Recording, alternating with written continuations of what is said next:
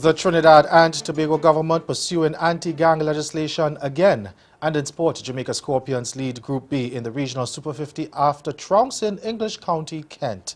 I'm Ricardo Roberts and this is Caribbean in 10 for Thursday, February 15th. I'll be back with the details in just a moment. Coming up on 21st Century.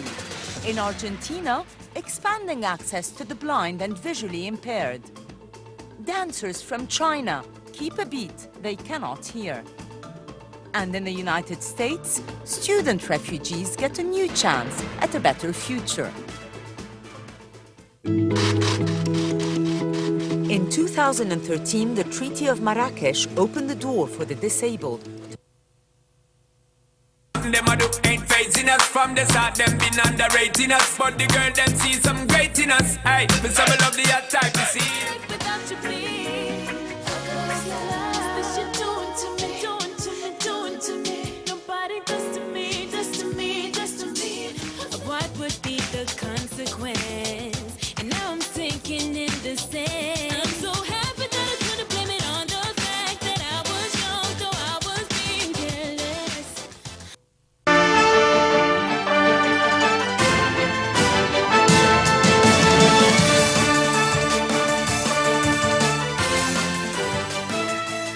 The Trinidad and Tobago government will be pursuing the anti-gang bill again. And this time, Prime Minister Dr. Keith Rowley hopes government and the opposition can work out the areas of concern to get it passed. Last year, the police had asked the government to take the bill to Parliament to help them in getting murders and gang activity under control. But the proposed bill failed last December due to a lack of opposition support. Speaking at a media briefing following a cabinet retreat yesterday, Rowley said that from reports, all areas of criminal activity seem to be on the decline except murders. He said security forces collected 1,000 firearms last year, but that still didn't help the situation and efforts must now be redoubled. The Prime Minister says the anti-gang law is needed in this regard. We concluded that given the nature of the crimes, a significant portion of the crimes, a lot of it being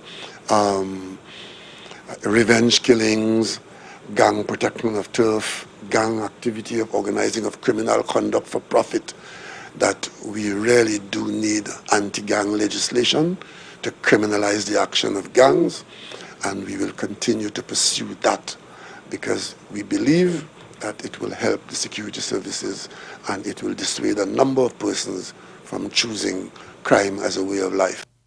Rowley says government has written the opposition and it has indicated its concerns on the bill. He says he expects meetings will be held in the not-too-distant future so those can be worked out. Still in the Twin Island Republic, an investigation has been launched into the use of the internet by inmates of correctional institutions across the country. According to Commissioner of Prisons Gerard Wilson, the probe follows reports of another video circulating on social media which was filmed behind bars. In the most recent video, an inmate is overheard abusing another, demanding the new password for Wi-Fi. The inmate, who could not be seen, was heard threatening the other inmate and saying he had changed the password and he spends his money to get his internet. In an interview yesterday, Wilson said he saw the video and preliminary investigations had already begun. The Grenada government is refuting information from the United Nations that it is among countries blocked from voting in the upcoming General Assembly. The UN site says the country lost its rights to vote because it has dues outstanding. But the government says the money was sent over a week ago and it's just a matter of updating the information. We get more in this GBN News report. Information on the United Nations website says 8 member states that do not have a vote in the 72nd session of the General Assembly are Central African Republic, Dominica, Equatorial Guinea, Grenada, Libya, Suriname, Venezuela, and Yemen. However, a statement from the Ministry of Finance issued on Tuesday reads, and I quote, With reference to news reports that Grenada has lost its voting rights in the United Nations as a result of unpaid dues, the Ministry of Foreign Affairs assures the nation that on February 5, 2018, the Permanent Mission of Grenada to the UN dispatched a check to the United Nations Secretariat for processing of Grenada's dues for 2018. In that respect, the ministry expects to see this reflected soon in the UN's information system. Unquote. The statement went on to say that Grenada has not been prevented from exercising its voting rights in the community of nations because the first voting opportunity of 2018 is in June, when Grenada votes in support of candidates for non-permanent membership on the United Nations Security Council. Under Article 19 of the UN Charter, a member state in arrears in the payment of its dues in an amount that equals or exceeds the contributions due for 2 preceding years can lose its vote in the General Assembly. Stay with us. Your Midday Sport is next.